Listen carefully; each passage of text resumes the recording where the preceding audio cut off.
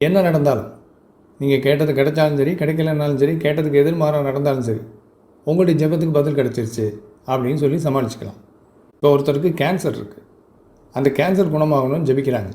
Cancer குணமாச்சுன்னா இயேசு நல்லவர், cancer குணப்படுத்திட்டார் அப்படிங்கிறாங்க. கேன்சர் குணமாகலை, இறந்து போயிட்டார். இறந்து போனால் இந்த பூமியில் இருப்பதை விட பரலோகத்தில் இருப்பது நல்லது, அதனால் இயேசு அவரை கூட்டிகிட்டு போயிட்டார், இயேசு நல்லவர்னு அப்பவும் சொல்லிக்கிறாங்க. இப்போ ஒருத்தர் இன்டர்வியூக்கு போகிறார், அந்த இன்டர்வியூவில் பாஸ் பண்ணி வேலை கிடைக்கணும் அப்படின்னு சொல்லி ஜெபம் பண்ணுறார். வேலை கிடச்சிருது. உடனே இயேசு அவருக்கு வேலையை பெற்றுக் கொடுத்தார், இயேசு நல்லவர் அப்படின்வாங்க. அல்லது அந்த இன்டர்வியூவில் அவர் ஃபெயில் ஆகிட்டார், வேலை கிடைக்கலன்னு வச்சுக்கோங்க, இயேசு அவருக்கு என்று வேற ஒரு திட்டத்தை வைத்திருக்கிறார், இயேசு நல்லவர்னுவாங்க. ஜெபத்துக்கு பதில் கிடைக்குதுன்னா அதை டெஸ்ட் பண்ணி கண்டுபிடிக்கிற மாதிரி இருக்கணும். அப்போ தான் இவங்களால சொல்ல முடியும் ஜெபத்துக்கு பதில் கிடைச்சதுன்னு. என்ன நடந்தாலும் அது ஜெபத்துக்கு கிடைச்ச பதில் அப்படின்னா இது ஒரு ஏமாத்து வேலை. என்ன சொன்னீங்க ஐயா, இது ஒரு ஏமாத்து வேலையா? அப்போ ஜெபம் பண்ணா அது அப்படியே கடவுள் கேட்டு செய்யணும், செய்யலைன்னா அவர் கடவுள் இல்லை அப்படின்னு சொல்றீங்க.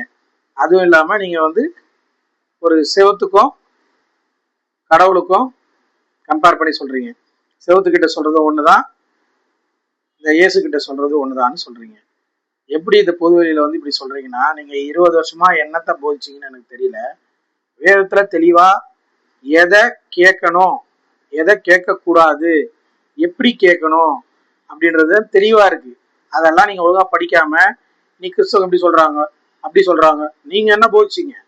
இப்போ உங்களுக்கே தெரியல எப்படி கேட்கணும், இல்ல கேட்கணுமா கேட்கக்கூடாதா, கடவுள் பதில் தருவாரா தரமாட்டாரான்னு 20 வருஷமா என்ன எப்படி சொல்லி கொடுத்துருந்தீங்க? சரி, நீங்க எப்படி சொல்லி கொடுத்தீங்களோ இல்லையோ, இந்த வேதத்துல என்ன இருக்கு அப்படின்றத நான் சொல்றேன். ஏன் முதல்ல கடவுள் எல்லார் ஜபத்தையும் கேட்கிறாரா, எல்லார் ஜபத்தையும் கேட்கிறாரா நம்ம பார்க்கலாம், வேதத்தின்படி பார்க்கலாம். ஓகேங்களா? யோவான் 9ஆம் அதிகாரம் 31ஆம் வசனம். பாவிகளுக்கு தேவன் செவி கொடுக்கிறதில்லை என்று அறிந்திருக்கிறோம். ஒருவன் தேவ பக்தி உள்ளவனாய் இருந்து அவருக்கு சித்தமானதை செய்தால் அவனுக்கு செவி கொடுப்பார். இப்ப பாருங்க, இந்த வசனத்துல தெளிவா இருக்கு. யாருக்கு கடவுள் செவி கொடுக்க மாட்டார்? பாவிகளுக்கு தேவன் செவி கொடுக்கிறது இல்லை. இப்ப யாருக்கு செவி கொடுப்பார் அப்படின்னு எழுதியிருக்கு?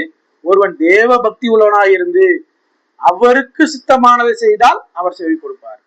அப்போ கடவுளுக்கு சித்தமானது என்ன அப்படின்றத அறிஞ்சு அதை பிரேயர் பண்ணீங்கன்னா மட்டும்தான் உங்களுக்கு கிடைக்கும் அப்படின்றத இங்க சொல்லியிருக்காரு.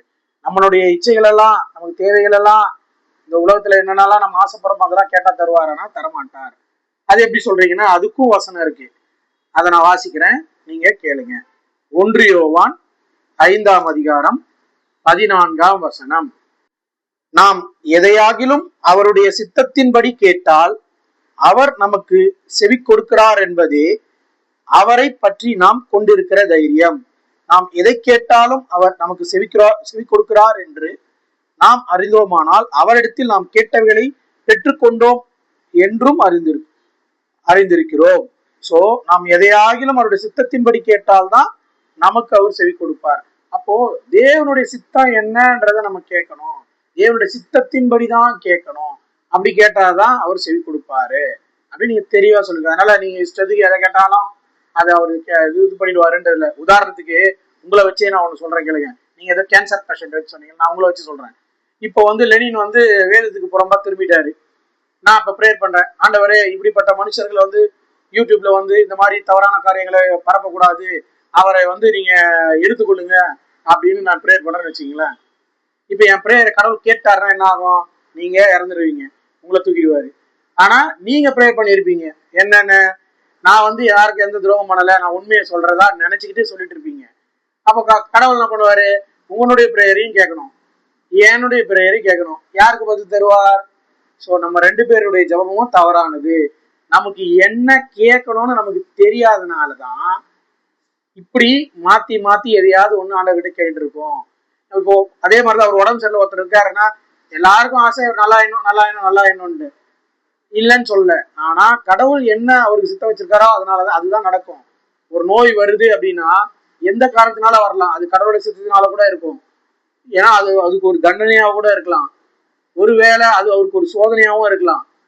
ஆனா நம்ம ப்ரேயர் பண்ணணும், ப்ரேயர் பண்ணாம இருக்கக்கூடாது. பட் ப்ரேயர் பண்ணா அதை கேட்டு கடவுள் அந்த ஆளுக்கு கொடுக்கணுமா கொடுக்க கூடாதான்றதுக்கு ஒரு ரூல் வச்சிருக்காரு. அதையும் நான் உங்களுக்கு வாசிக்கிறேன். முதல்ல நாம எப்படி ஜெபம் பண்றோம்ன்றது இந்த வசனத்தின் மூலம் நான் உங்களுக்கு காட்டுறேன் பாருங்க. யாக்கோபு 4ஆம் அதிகாரம் 3ஆம் வசனம். நீங்கள் விண்ணப்பம் பண்ணியும் உங்கள் இச்சைகளை நிறைவேற்றும்படி செலவழிக்க வேண்டும் என்று தகாத விதமாய் விண்ணப்பம் பண்ணுகிறபடியினால் பெற்றுக்கொள்ளாமல் இருக்கிறீர்கள். நம்ம எப்படி ஜெபம் பண்றோமா? நம்ம விண்ணப்பம் பண்ணியும் நம்ம இச்சைகளை நிறைவேற்றும்படியாய் தகாத விதமாய் ஜெபம் பண்றோமா? நம்ம வேண்டிக் கொள்வது இன்னதென்றே நமக்கு தெரியாம என்ன கேட்கறோன்றதே தெரியாம இஷ்டத்துக்கு நம்ம கேட்கிறோம். அதனாலதான் நம்ம இச்சைகளை நிறைவேற்றுக்காக பிரேயர் பண்றோம். அப்படி பிரேயர் பண்ணக்கூடாது. தேவனுடைய சித்தம் அதுல இருக்கா, தேவனுடைய சித்தத்தின்படி நடக்கட்டும், அப்படிதான் பிரேயர் பண்ணணும். இதனாலதான் மத்தேயு 6ஆம் அதிகாரத்துல நிறைய பேர் என்ன பண்றாங்கன்னா 31ஆம் வசனத்துல இப்படி சொல்லுது, ஆகையால் எண்ணத்தை உண்போம், எண்ணத்தை குடிப்போம், எண்ணத்தை உடுப்போம் என்று கவலைப்படாதிருங்கள். இவைகள் எல்லாம் அஞ்ஞானிகள் நாடி தேடுகிறார்கள். இவைகள் எல்லாம் உங்களுக்கு வேண்டியவைகள் என்று உங்கள் பரமபிதா அறிந்திருக்கிறார். முதலாவது தேவனுடைய ராஜ்யத்தையும் அவருடைய நீதியையும் தேடுங்கள், அப்பொழுது இவைகள் எல்லாம் உங்களுக்கு கூட கொடுக்கப்படும் அப்படின்னு தெளிவா சொல்லப்பட்டிருக்குங்க. ஆகையால் நாளைக்காக கவலைப்படாதிருங்கள், நாளைய தினம் அதனுடையவர்களுக்காக கவலைப்படும், அந்தந்த நாளுக்கு அதினதின் பாடு போதும்ட்டு இந்த மத்தேயு 6ஆம் அதிகாரத்துல இவ்வளவு தெளிவா இருக்கு. அதனால எண்ணத்தை உண்போம், எண்ணத்தை குடிப்போம், எண்ணத்தை உடுப்போம்ட்டு கவலை எல்லாம் படாதீங்க. இவையெல்லாம் யார் தேடுறாங்கன்னா கடவுளை அறியாதவர்கள் நாடி தேடுகள். இவையெல்லாம் உட்காந்து ஜபத்துல கேட்காதீங்க. என்ன தேடணும்? நம்ம முதலாவது தேவனுடைய ராஜ்யத்தையும் அவருடைய நீதியை தேடும் போது இவைகள் எல்லாம் கடவுள் நமக்கு கூட கொடுக்கிறாருன்னு சொல்றாரு. இதெல்லாம் நமக்கு வேண்டியது என்பதை அவர் அறிந்திருக்கிறார், பரமபிதாவே அறிந்திருக்கிறார். சோ நமக்கு வேண்டியதை கடவுள் ஏற்ற நேரத்தில் அவர் செய்வார். அப்போ உலக காரியங்கள் எல்லாம் நம்ம கடவுள் இடத்துல கேட்கணும்னா நம்ம எல்லாத்தையும் கேட்டுட்டு இருக்க கூடாது. எல்லாமே இதெல்லாம் அவருக்கு தெரியும். எதுலயோ உங்களுக்கு ஒரு நிச்சயம் இல்லை, நான் கடவுள் இடத்துல சொல்றேன், கடவுளுக்கு சித்தமா இருக்கான்னா நீங்க ப்ரே பண்ண, கடவுளே உங்களுக்கு சித்தமா இருந்தால் இது என்னுடைய வாழ்க்கையில நடக்கட்டும், சித்தம் இல்லைன்னா நடக்க வேண்டாம். அப்போ நடந்தது அப்படின்னா தேவனுடைய சித்தம். தேவனுடைய சித்தம் இருக்கா இல்லையா? எந்த ஒரு காரியத்திலும் அவர் சமாதானத்தை கட்டளையிடுவார். எந்த ஒரு காரியம் நடந்தாலும் அது சமாதானமா நடந்ததுன்னா அதுல தேவனுடைய சித்தம் இருக்குன்னு அர்த்தம். சமாதானம் இன்மை இருந்ததுன்னா அது தேவனுடைய சித்தம் இல்லை, நம்மளா பண்ணிட்டோம்னு அர்த்தம்.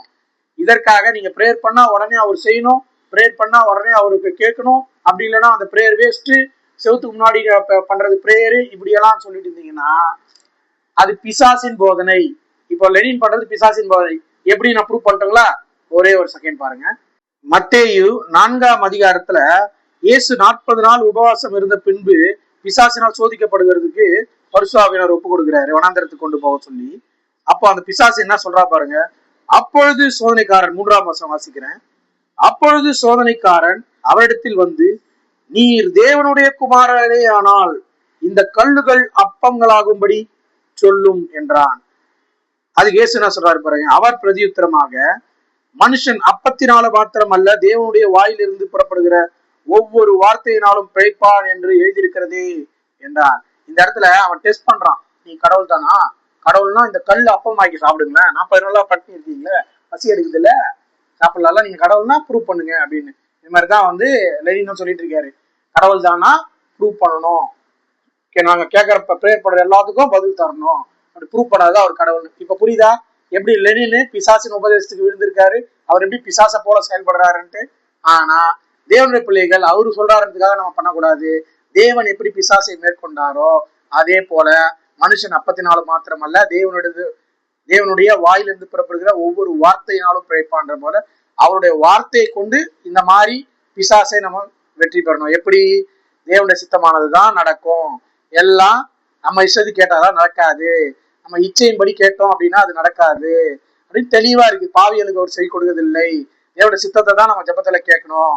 இயேசுவின் ஜபமே எப்படி இருக்கு நீங்க முதல்ல போய் பாருங்க. மத்தேயு அதே 6ஆம் அதிகாரத்துல இருக்கு, நான் வாசிக்கிறேன். இந்த இடத்துல சீஷர்கள் வந்து எங்களுக்கு ஜபத்தை சொல்லித்தாங்கன்னு கேட்கும் போது இயேசு என்ன சொல்றாரு, மத்தேயு 6ஆம் அதிகாரம் 9ஆம் வசனத்துல வாசிக்கிறேன். நீங்கள் ஜபம் பண்ண வேண்டிய விதமாவது, பரமண்டங்களில் இருக்கிற எங்கள் பிதாவே, உம்முடைய நாமம் பரிசுத்தப்படுவதாக, உம்முடைய ராஜ்யம் வருவதாக, உம்முடைய சித்தம் பரமண்டத்திலேயே செய்யப்படுவது போல பூமியிலும் செய்யப்படுவதாக. எங்களுக்கு வேண்டிய ஆகாரத்தை இன்று எங்களுக்கு தாரும். எங்கள் கடனாளிகளுக்கு நாங்கள் மன்னிக்கிறது போல எங்கள் கடன்களையும் எங்களுக்கு மன்னியும். எங்களை சோதனைக்கு உட்பேசிக்க பண்ணாமல் தீமையிலிருந்து எங்களை ரட்சித்துக் கொள்ளும். ராஜ்யமும் வல்லமையும் மகிமையும் என்றைக்கும் உங்களுடையவைகளே. ஆமேன் என்பது. அப்போ கடவுள் என்ன சொல்லி தராரு? இதுல பேச வேண்டியதுல ஒண்ணுமே இல்லைங்க. இது எல்லாமே கடவுளுடைய ராஜ்யத்தை குறித்தும், கடவுளுடைய மகிமையை குறித்தும், தீமையிலிருந்து எங்களை காத்துக்கொள்ளும் குறித்தும் இப்படிதான் ஜபம் பண்ணணும்னு சொல்லி தரார தவிர, நீங்க நினைக்கிற மாதிரி இந்த உலக காரியங்கள் எல்லாம் ஜபத்துல கேட்கணும்னு அவர் சொல்லி தரவே இல்லை. இதெல்லாம் வேண்டியவைகள் என்று அவர் அறிந்திருக்கிறாரு. இந்த சாப்பாடு விஷயத்து கூட என்ன சொல்றாரு பாருங்க, எங்களுக்கு வேண்டிய ஆகாரத்தை இன்று எங்களுக்கு தான். இன்னைக்கு தந்தீங்களா அது போதும், நாளைக்கு என்னுடையதா இருக்குமான்னு தெரியாது. இப்படிதான் மனிதனுடைய வாழ்க்கை இருக்கு. அதுக்கே நான் ஒரு வசனம் சொல்றேன் பாருங்க. யாக்கோபு 4ஆம் அதிகாரம் 13, 14, 15 நான் வாசிக்கிறேன் பாருங்க. மேலும் நாங்கள் இன்றைக்கு அல்லது நாளைக்கு இன்ன பட்டணத்திற்கு போய் அங்கே 1 வருஷம் தங்கி வியாபாரம் செய்து சம்பாத்தியம் பண்ணுவோம் என்கிறவர்களே கேளுங்கள். நாங்க இந்த பட்டணத்துக்கு போய் 1 வருஷம் வந்து சம்பாரிச்சு எடுத்துன்னு வரோம் அப்படின்னு சொல்றவங்களே கேளுங்க. நாளைக்கு நடப்பது உங்களுக்கு தெரியாது. உங்கள் ஜீவன் எப்படிப்பட்டது? கொஞ்ச காலம் தோன்றி பின்பு தோன்றாமல் போகிற புகையை போல் இருக்கிறது. ஆதலால் ஆண்டவருக்கு சித்தமானால் நாங்களும் உயிரோடு இருந்தால் இன்னதை செய்வோம் என்று சொல்ல கடவோம். புரியுதுங்களா? நம்ம போயிட்டு அந்த பட்டணத்துக்கு போய் 1 வருஷம் நான் சம்பாரிச்சு இப்படி ஆவேன் அப்படி ஆவேன் இப்படி எல்லாம் சொல்லிட்டு இருக்கீங்களே கேளுங்க. நாளைக்கு என்ன நடக்குன்னே தெரியாது. உங்க ஜீவன் வந்து புகை போல இருக்குது, தோன்றியும் தோன்றாம இருக்கிற புகை போல இருக்குது. இப்படி வச்சுக்கிட்டு நீங்க இவ்வளவு 1 வருஷம் கதெல்லாம் பேசுறீங்களே, அப்படியெல்லாம் பேசக்கூடாது. எப்படி பேசணும், எப்படி சொல்லணும்னா, ஆண்டவருக்கு சித்தமானால் நாங்களும் உயிரோடு இருந்தால் இன்னதை செய்வோம் அப்படின்னு தான் சொல்லணும். ஏன்னா நாளைக்கு நடக்குது நமக்கு தெரியாது. சோ பிரேயரே எப்படி பண்ணணும்? பிரேயர்ல நம்ம இச்சைகளை கேட்க கூடாது. யாருக்கு அவர் செவி கொடுப்பார், தேவனுடைய சித்தமானதை கேட்கணும். இப்படி எல்லாம் தெளிவா இருக்கு. இப்படி எல்லாம் இருந்தாதான் கடவுள் வந்து அந்த பிரேயர்ல அது வேணுமா வேணாமான்னு அவருடைய சித்தத்துல முடிவெடுப்பார். எது அவருடைய சித்தத்துல முடிவெடுப்பார்னு எப்படி தெரிஞ்சுக்கலாம்னா, அதான் சொன்னேன், அவர் எதை செய்தாலும் அதுல சமாதானம் தான் இருக்கும். சமாதானத்தை வைத்து போயிருக்கிறார். சமாதானத்தின் தேவன் தான் எல்லாவற்றையும் சமாதானமாய் நம்ம நடத்துவார். எந்த காரியமும் சமாதானமாய் நடக்கும். அப்படி நடந்ததுன்னா அது தேவனுடைய சித்தம், இல்லைன்னா தேவனுடைய சித்தம் இல்லை. அதனால நம்ம பிரேயர் பண்றதெல்லாம் அவர் கொடுக்கணுன்ற அவசியம் கிடையாது. பிசாசை போல வந்து யாராவது இந்த கல்லுகளை அப்பமாக்கி காட்டுங்களேன், பிரேயர் பண்ணி அப்பமாக்கி காட்டுங்களேன், இந்த கேன்சரை குணமாக்கி காட்டுங்களேன், இவங்களுக்கு வேலை வாங்கி கொடுத்து காட்டுங்களேன், இந்த நோய் எல்லாம் போக சொல்லி காட்டுங்களேன் அப்படின்லாம் சவால் விடுவாங்க. அது நம்மளுடைய இன்டென்ஷன் கிடையாது. அந்த இடத்துல நம்ம என்ன பண்ணணும்னா, எண்ணெய் பூசி ஜபிக்கணும் அப்படின்னு சொல்லப்பட்டிருக்கிறது. கர்த்தருக்கு சித்தமானால் அவனுக்கு அந்த வியாதியில இருந்து அவர் விடுதலை தருவார், இல்லைன்னா அவர் விடுதலை தர மாட்டார். மரணத்துக்கு ஏதுவான பாவம் இருக்கு, மரணத்துக்கு ஏதுவல்லாத பாவம் இருக்கு. மரணத்துக்கு ஏதுவான பாவம் செஞ்சிருந்தானா அவன் மறிச்சு போவான், மரணத்துக்கு ஏதுவல்லாத பாவம் செஞ்சிருந்தானா அவன் பிழைப்பான் அப்படின்றதும் இருக்கு. அதனால நிறைய காரியங்கள் இருக்கு. கடவுள் சித்தமானதை தான் நம்ம ப்ரேயர் பண்ணணும். தெரியாம ப்ரேயர் பண்ணிட்டா கூட எப்படி ப்ரேயர் பண்ணி முடிக்கணும்னா, ஆண்டவரே நாங்க கேட்டிருக்கோம், இது உங்களுக்கு சித்தமா இருந்தா இதை செய்யுங்க அப்படிதான் கேட்கணும். ஸோ ப்ரேயரே எப்படி பண்ணணும்ன்றது இருக்கு. இது தெரியாம நான் ப்ரேயர் பண்ணா அவர் கேட்கணும் ப்ரூவ் பண்ணணும்ன்றது பிசாசின் உபதேசத்தை கேட்டு அழிஞ்சு போயிடாதீங்க. நெக்ஸ்ட் அவர் வந்து என்ன சொல்லுவாருன்னு சொல்றேன். லெனின்னு இங்க இருக்கிற கடவுளை விசுவாசிக்காதவனுக்கும் கிடைக்குது, நோய் குணமாகுது, இல்ல மறிச்சிடுறான், அந்த மாதிரி அவங்க யாருக்கிட்டயோ வேணாலும் நடக்குது, நீங்க வேணாலும் நடக்குது, அவங்க வேணாலும் நடக்குது, நீங்க வேணாலும் நடக்கல, அவங்க வேண்டினாலும் நடக்கல, இப்படிதான் இருக்கு அப்படின்னு கேட்டா, எஸ், இந்த உலகத்துல என்ன நடக்கும்னு பிரசங்கில சொல்லப்பட்டிருக்கு. நான் எடுத்து காட்டுறேன் பாருங்க உங்களுக்கு. பிரசங்கி 2ஆம் அதிகாரத்துல 14ஆம் வசனத்திலிருந்து வாசிக்கிறேன். ஞானியின் கண்கள் அவன் முகத்திலே இருக்கிறது, மூடனோ இருளிலே நடக்கிறான், ஆகிலும் அவர்கள் எல்லாருக்கும் ஒரே விதமாய் சம்பவிக்கிறது என்று கண்டேன். மூடனுக்கு சம்பவிக்கிறது போல எனக்கும் சம்பவிக்கிறது. அப்படி இருக்க நான் அதிக ஞானம் அடைந்ததினால் காரியம் என்ன என்று சிந்தித்தேன். இதுவும் மாயை என்று என் உள்ளத்தில் எண்ணினேன். மூடன் என்றாலும் ஞானி என்றாலும் என்றைக்கும் நினைவில் இருப்பதில்லை. இப்பொழுது இருக்கிறதெல்லாம் வருங்காலத்தில் மறக்கப்பட்டு போம். மூடன் எப்படி சாகிறானோ அப்படியே ஞானியும் சாகிறான். ஆகையால் இந்த ஜீவனை வெறுத்தேன். சூரியனுக்கு கீழே செய்யப்படும் கிரியை எல்லாம் எனக்கு விசனமாய் இருந்தது. எல்லாம் மாயையும் மனதுக்கு சஞ்சலமாய் இருக்கிறது. அப்படின்னா என்ன அர்த்தம்? அந்த சூரியனுக்கு கீழே மூடனுக்கு என்ன நடக்குதோ அதேதான் ஞானிக்கு நடக்கும். நல்லவங்களுக்கு என்ன நடக்குதோ அதே மாதிரிதான் தீயவங்களுக்கு நடக்கும். மூடனும் சாகிறான், ஞானியும் சாகிறான். இது எல்லாம் இந்த உலகத்துல நடக்கும். ஆனால் மூடனுடைய சாவு அவனுக்கு நித்திய மரணத்தை பிறப்பிக்கும். ஞானியினுடைய சாவுதான் அவனுக்கு நித்திய ஜீவனை கொடுக்கும். ஏன்னா அவன் ஞானி, தேவனை அறிகிற அறிவை அடைந்தவன் தான் ஞானி. அவன் தேவனிடத்தில் போகிறான், நித்திய ஜீவனை பெற்றுக் கொள்கிறான், ஜீவ காலம் கடவுளோடு இருக்க போகிறான். இந்த பூமி டெம்பரவரி பிளேஸ். இந்த பூமியில பிரச்சனை, தொல்லை, கஷ்டம், மரணம் எல்லாம் இருக்கும். இதுல இருந்து விடுதலை ஆகிறதுக்காக தான், இந்த பாவ பூமியில இருந்து விடுதலை ஆகிறதுக்காக தான் இயேசு கிறிஸ்து வந்தார். அவருடைய ரத்தம் சிந்தினால்தான் பாவ விமோச்சனம் உண்டு. அவரை ஏற்றுக்கொண்டு அவருடைய வார்த்தையாகிய இந்த வேதத்துக்கு கீழ்ப்படிந்து முடிவு பரித நிலைத்திருக்கணும். மரணம் வரையும் நிலைத்திருந்தீங்கன்னா நீங்க உங்க மரணத்துக்கு பிறகும் தேவன் உங்களை எழுப்பி நித்திய ஜீவனுக்காக உங்களை அனுப்புவார். அப்படி இல்ல, நான் இப்படிதான் இருப்பேன், என் மனப்போல போக்குல இருந்து மறிச்சு போவேன், மூடரை போல மறிச்சு போவேன் அப்படின்னீங்கன்னா நீங்க மறுபடியும் எழுப்பப்பட்டு நியாயத்தீர்ப்பிலே நீங்கள் நித்திய அக்கினியான நித்திய நரகத்திற்கு நீங்க போக வேண்டியது இருக்கும். இப்போ யோசிச்சு பாருங்க, நீங்க நித்திய அக்கினிக்கு போறீங்களா இல்ல நித்திய பரலோகம் நித்திய ராஜ்யத்துக்கு போறீங்களான்றத உங்க கையிலேயே இருக்கு. ஸோ ஜபத்தை எப்படி பண்ணணும்? இந்த பூமியில எல்லாருக்கும் ஒரே விதமா சம்பவிக்கும். இதெல்லாம் தெரிஞ்சு கடவுளுக்கு சித்தமானது நம்மளுடைய வாழ்க்கையில நடக்குதா இல்லையான்றத பாருங்க. பிரேயர் தேவையில்லாம பண்ணக்கூடாது. அந்த பிரேயர்ல நம்மளோட சுய இச்சைகளை கேட்கக்கூடாது. கர்த்தருக்கு சித்தமானதை தான் கேட்கணும். இதுதான் உங்களுக்கு ஜீவனை தரும். சோ சத்தியத்தையும் அறிவீர்கள், சத்தியம் உங்களை விடுதலையாக்கும். இந்த மாதிரி லெனின் சொல்ற போதனையை கேட்டீங்கன்னா அது பிசாசின் போதனை. எப்படி பிசாசு இயேசு கிறிஸ்துவை அந்த பசியோடு இருக்கும்போது இந்த தேவனுடைய குமாரனா கல்லுகளை அப்பமாக்கி சாப்பிடுங்கன்னு சொல்லி ஒரு சோதனை கொடுக்குறானோ அதே போலதான் இந்த லெனின் உங்களுக்கு ஒரு சோதனை மாதிரி இந்த இடத்துல பேசுறான். கிறிஸ்தவர்களுடைய ஜபம்லாம் இப்படிதானே இருக்குது அப்படின்னு பேசுறான். சோ கல்லுகிட்ட ஜபம் பண்றதும் இயேசு கிட்ட ஜபம் பண்றதும் ஒண்ணுன்னு சொல்லி சொல்றான். இதெல்லாம் பொய். கடவுள்கிட்ட எப்படி ஜபம் பண்ணணுன்றத தெளிவா நான் உங்களுக்கு எடுத்து காட்டியிருக்கேன். அவர்கிட்ட பிரேயர் பண்ணணும். எப்பொழுதும் நீங்கள் ஜெபத்தோடு இருக்கணும். ஜெபத்துல இருக்கணும்னு சொல்றது என்னன்னா, அவரோடு கனெக்டடா அவருடைய சித்தத்தை செய்கிற பிள்ளைகளா நாம் இருக்கும் பொழுது நமக்கு வேண்டியவைகளை அவர் செய்கிறார். அவருக்கு வேண்டியவைகளை நாம் செய்ய பிரேயரோடு கனெக்ட் பண்ணியிருப்போம். கர்த்தர் தாமே உங்களை ஆசீர்வதிப்பாராக. ஆமென்.